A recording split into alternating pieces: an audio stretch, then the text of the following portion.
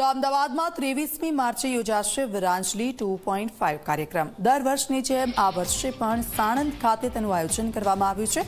દર વર્ષે 23મી માર્ચને શહીદ દિવસ તરીકે મનાવાય છે। કાર્યક્રમમાં ક્રાંતિકારીઓના જીવન ચરિત્રોને રજૂ કરવામાં આવે છે। લોકશૈલીમાં શહીદી વહોરનારા ક્રાંતિકારીઓનું રજૂ કરાય છે જીવન। વંદે માતરમ ગીતની 150મી વર્ષગાંઠ નજીક આવી રહી છે, જેને પગલે ડાયરાના માધ્યમથી ક્રાંતિકારી ગીતોને કરાશે રજૂ।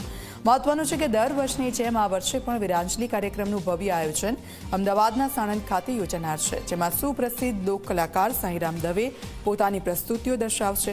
સાથે પોતાની કલમે લખેલી આરતી વીર જવાન કીને પણ રજૂ કરશે। આ સાથે ભવ્ય ડ્રોન શોનું પણ આયોજન કરાયું છે। આ કાર્યક્રમમાં રાજ્યના પ્રખ્યાત કલાકારો જેવા કે કીર્તિદાન ગઢવી, માયાભાઈ આહિર, રાજભા ગઢવી સહિતના મહાનુભાવો હાજર રહેશે।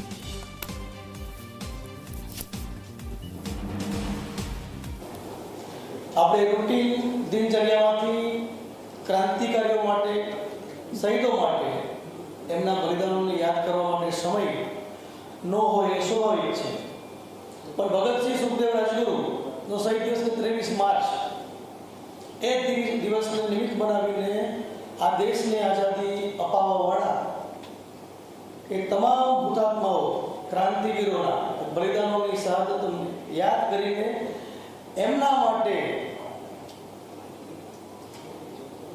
વીરાંજલિના માધ્યમથી એમની શહાદતને યાદ કરીને આ કાર્યક્રમના માધ્યમથી એ હજારો ક્રાંતિકારીઓના અને ઘણા એવા ક્રાંતિકારીઓ છે જેના નામો આપણને ખબર પણ નથી હોતી, એવા ક્રાંતિકારીઓને આ વીરાંજલિના માધ્યમથી સમાજ જીવનમાં જે યુવાનો, જે ભારતની નવી પેઢી છે, જે આજે દેશ માટે જીવે છે, દેશ માટે મરવાવાળા યુવાનોના બલિદાનોમાંથી પ્રેરણા લઈને વર્તમાન પેઢી દેશ માટે જીવતા શીખે એવા શુભ આશયથી વીરાંજલિ કાર્યક્રમની શરૂઆત થઈ। वो सरस मजा अपूर्व आशय का शेर है कि राजनीति से नहीं मिली थी पैसों से, राजनीति से नहीं मिली थी पैसों से, सौदा लोगों के मोल हुआ था भगत सिंह सुखदेव जैसों से, सौदा लोगों के मोल हुआ था भगत सुखदेव जैसों से, और माओ ने गोली खाई थी बेटे लटके फंदे पर, आजादी की डोली उठी है कुर्बानी के कंधे पर। કેટલા બધા ક્રાંતિવીરો, અંદાજે એક આંકડા પ્રમાણે તો 12 લાખથી વધારે ક્રાંતિવીરોએ પોતાના પ્રાણોની આહુતિ આપી અને ત્યારે દેશ આઝાદ થયો છે। ગુજરાતી ભાષામાં ક્રાંતિવીરોના ગીતો જ નહોતા, તો એ લખવાનું સદભાગ્ય પણ મને મળ્યું। એના માટે હું વીરાંજલિ સમિતિનો આભાર માનું છું। આખા ગુજરાતમાં 40 લોકોથી શરૂ થયેલી યાત્રા 40,000 લોકો સુધી પહોંચી ગઈ।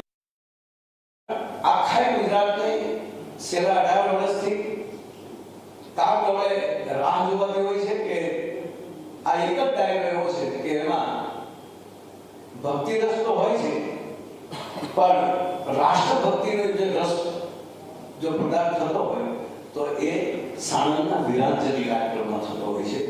મારે વચ્ચે પણ 2 વાર કોઈ કાર્યક્રમમાં જેલો છે, આ જ્યારે ગુરુવર્ગના પણ આપણા માધ્યમથી એટલું કહું છું કે જે મિત્રોને કાર્યક્રમનો એક ભાગ હોય છે, વાહ વાહ क्या बात है, वाह।